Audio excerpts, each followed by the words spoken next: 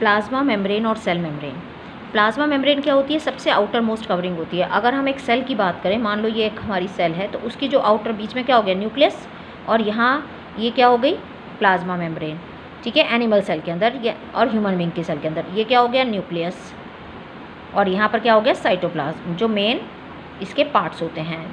सो सबसे जो outer most layer है वो है प्लाज्मा मेम्ब्रेन और सेल मेम्ब्रेन। जैसे हमारी बॉडी का स्किन सबसे आउटर मोस्ट पार्ट है जो हमें प्रोटेक्ट करती है, ऐसे ही सेल की जो आउटर मोस्ट पार्ट है एनिमल सेल और ह्यूमन बीइंग में वो है प्लाज्मा मेम्ब्रेन और सेल मेम्ब्रेन, जो उसके प्रोटेक्शन का काम करती है।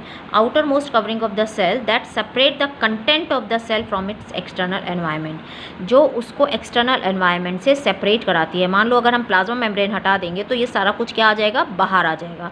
तो ये बाहर के एनवायरनमेंट से अंदर के एनवायरनमेंट को, यानी अंदर के जो सब्सटेंसेज हैं, जो सेल ऑर्गेनल्स हैं, उन सबको ये सेपरेट कराती है। The plasma membrane allow or permit the entry and exit of some material in and out of the cell, यानी सारे सब्सटेंसेस को अंदर या बाहर नहीं आने जाने देती है।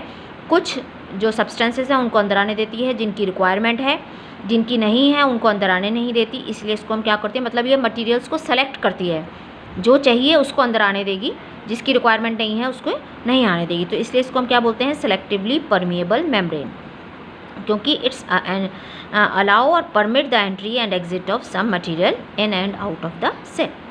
सो प्लाज्मा मेम्ब्रेन इज़ फ्लेक्सिबल होती है and is made up of lipid and protein. ये फ्लेक्सिबल है, किससे मिलकर बनी होती है? लिपिड एंड प्रोटीन की, लिपिड बाइलेयर एंड प्रोटीन की।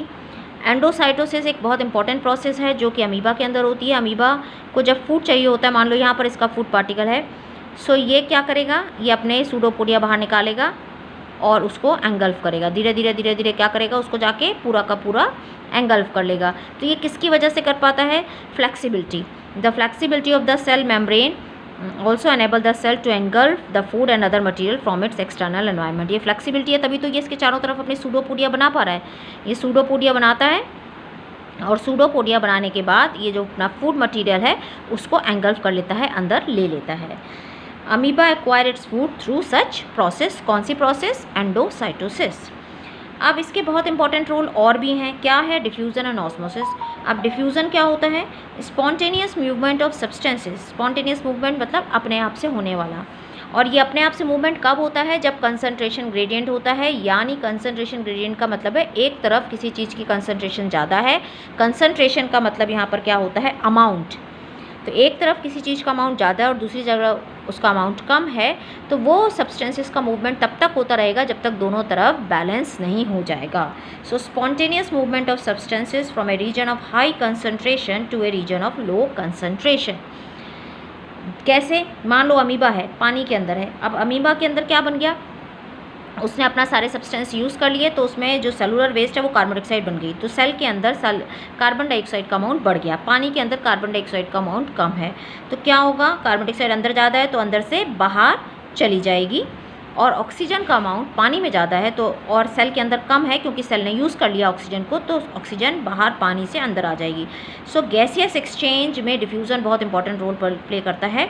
सो जहाँ पर जिस गैस का अमाउंट ज़्यादा है वहाँ से जहाँ पर कम है वहाँ पर वो मूव करती है। तो कार्बन डाइऑक्साइड अंदर ज़्यादा है तो बाहर पानी में चली जाती है, पानी में ऑक्सीजन ज़्यादा है तो अंदर आ जाती है। So diffusion play an important role in gaseous exchange between the cell as well as the cell and the external environment. Diffusion का बहुत अच्छा एग्जाम्पल आप देखते हैं घर में, अगर बत्ती जलाते हैं हम, या मम्मी कभी खाना बना रही हैं आपका, तो सारी खुशबू आपके पूरे घर में फैल जाती है। सो डिफ्यूज़न जो है वो तीनों स्टेट, सॉलिड, लिक्विड, गैस, तीनों में होता है। यहाँ पर सेल मेम्ब्रेन की ज़रूरत नहीं होती डिफ्यूज़न में। ऑस्मोसिस में सेल मेम्ब्रेन चाहिए। तो ये डिफरेंस का पॉइंट है कि डिफ्यूज़न तीनों में होता है, सॉलिड, लिक्विड, गैसेस में। यहाँ पर सेल मेम्ब्रेन की रिक्वायरमेंट नहीं है। जैसे पानी है मान लो, और पानी के अंदर आप रूह अफ़ज़ा डालते हैं थोड़ा सा, और उसके बाद पानी डालते हैं तो पूरा पानी पिंक हो गया, या इंक डालते हैं तो पूरा पानी ब्लू हो गया। सो ये किसकी वजह से हुआ? डिफ्यूज़न की वजह से।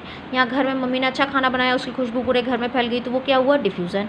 सो मूवमेंट कहाँ हो रहा है? जहाँ पर उसकी कंसंट्रेशन ज़्यादा थी वहाँ से पूरे घर के अंदर जहाँ उसकी कंसंट्रेशन कम थी। यहाँ पर पानी में इंक डाली तो जहाँ पर इंक डाली वहाँ से पूरे पानी में वो स्प्रेड हो गई।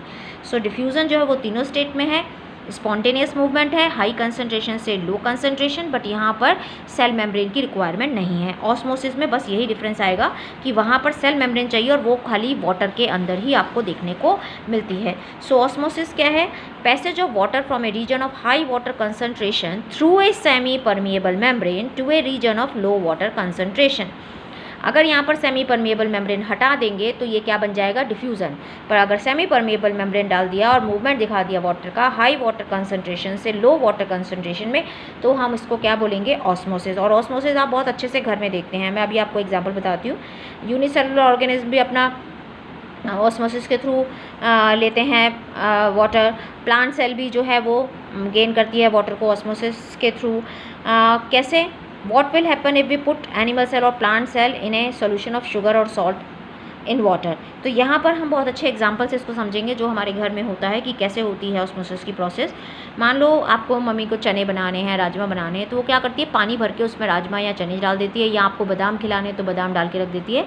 तो पानी भरती है और उसमें सारी चीज़ें डाल देती हैं, और सुबह आप देखिए उसको कि वो बिल्कुल स्वेलअप कर जाते हैं। यानी ये इतना सा वो हिस्सा था, उसके अंदर पानी चला गया, क्योंकि बाहर पानी का अमाउंट ज़्यादा है, हाई वाटर कंसनट्रेशन है। सेल के अंदर या राजमा के अंदर या चने के अंदर पानी का अमाउंट कम है, तो सारा पानी उसके अंदर घुस गया, इसलिए वो क्या हो गया, स्वेलअप। तो जब पानी अंदर जा रहा है तो एंडो का मतलब होता है अंदर। ऑस्मोसिस आपको पता ही है, movement of water from high water concentration to low water concentration. तो बाहर पानी ज़्यादा है, अंदर पानी कम है, तो इसलिए अंदर जाएगा। अब अंदर जा रहा है तो एंडो मतलब अंदर, अंदर जाता है, तो क्या हो गई, सेल स्वेलअप कर गई, ठीक है। और जिसमें पानी का अमाउंट ज़्यादा है वो कंसंट्रेशन क्या कहलाती है, हाइपोटोनिक सोल्यूशन। यानी हाई वाटर कंसंट्रेशन यानी सोल्यूशन क्या कहलाता है, हाइपोटोनिक सोल्यूशन। तो सेल क्या कर गई, स्वेलअप कर गई, फूल गई। जो आप घर में अक्सर देखते हो, चने मटर, चने राजमा है या बादाम है, किशमिश है, अगर उसको आप भिगो के खाते हैं तो अगर दोनों तरफ कंसंट्रेशन बराबर है तो कोई मूवमेंट नहीं होता, इसको हम आइसोटोनिक सोल्यूशन बोलते हैं। अगर सेल को हम ऐसे सोल्यूशन में डालें जहाँ पर सॉल्ट की कंसंट्रेशन ज़्यादा है, यानी बाहर हमने बहुत सारा सॉल्ट घोल दिया पानी के अंदर, तो बाहर क्या हो गया, कंसंट्रेशन हाई हो गई, पानी का अमाउंट कम हो गया, तो सोल्यूशन क्या कहलाता है, हाइपरटोनिक सोल्यूशन। हाइपरटोनिक मतलब हाईली कंसंट्रेटेड सोल्यूशन। या शुगर डाल दें या सॉल्ट डाल दें, और इसमें अगर हम किसी सेल को डालते हैं तो क्या होगा, सेल के अंदर जो पानी है वो सारा बाहर निकल आएगा, क्योंकि बाहर पानी का अमाउंट कम है। तो हमको ये पता है कि पानी का मूवमेंट कहाँ होता है, हाई वाटर से लो वाटर कंसंट्रेशन की तरफ। तो पानी क्या होगा, अंदर से बाहर की तरफ आ जाएगा, क्योंकि अंदर पानी का अमाउंट ज़्यादा है और बाहर सॉल्ट का अमाउंट ज़्यादा है। सो सेल क्या करेगी, वाटर को लूज़ करेगी, इसलिए इस प्रोसेस को क्या बोलेंगे, एक्सो। एक्सो मतलब बाहर आने वाली। सो पानी क्या हो रहा है, बाहर आ रहा है, इसलिए एक्सोऑस्मोसिस कहलाती है, और सेल क्या हो जाती है, श्रिंक कर जाती है। सो पहले ठीक था सेल और उसके बाद में क्या हो गया, श्रिंक कर गया। तो ये ऑस्मोसिस हम बहुत अच्छे से घर में अपने ये सारे एग्जाम्पल से लर्न करते हैं।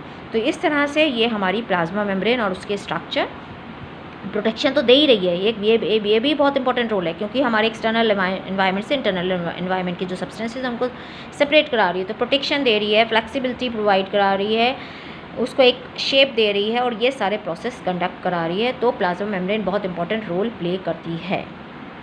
Thank you, thanks for watching. Please like, subscribe and share.